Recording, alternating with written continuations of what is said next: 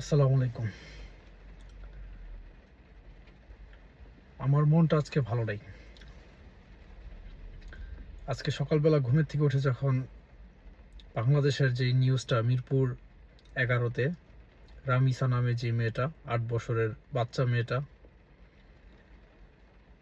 এই নিউজটা দেখে আজকে আমার মন ভালো নাই। আমার বাংলাদেশ আর কত এরকম দুর্ঘটনা ঘটবে, আর কত এরকম বাচ্চা, ছোট ছোট বাচ্চা রেপ হবে, আর কত বাচ্চা এইভাবে নির্মমভাবে নৃশংসভাবে একদম হত্যা করবে, গলা কেটে ফেলবে, আর কত।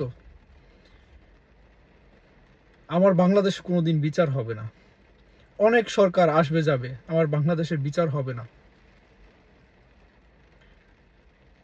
আপনারা রাজনীতিবিদরা রাজনীতি নিয়ে অনেক খেলা খেলছেন, প্লিজ এগুলা বন্ধ করেন। এগুলা বন্ধ করে যারা রেপ করবে বা এরকম নৃশংসভাবে হত্যা করবে মানুষকে, এরকম ছোট ছোট নিষ্পাপ শিশুকে হত্যা করবে, তাদের প্রকাশ্যে প্রকাশ্যে তাদেরকে সেম ভাবে হত্যা যেন করা হয়, তাদেরও যেন টুকরো টুকরো করে ফেলা হয়, এরকম ভয় যেন মানুষকে দিতে হবে।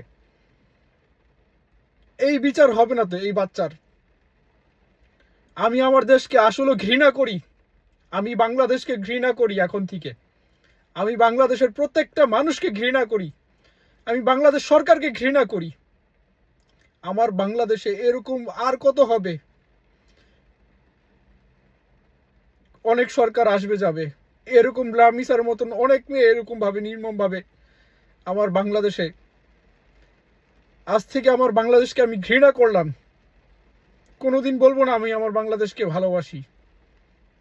আমার বাংলাদেশের মানুষকে আমি ঘৃণা করি। এরকম নিষ্প্রাণ সন্তান আর কারো, আর কোনো বাবার যেন এইভাবে খুন যেন না হয়, এইভাবে নির্মমভাবে হত্যা যেন না হয়।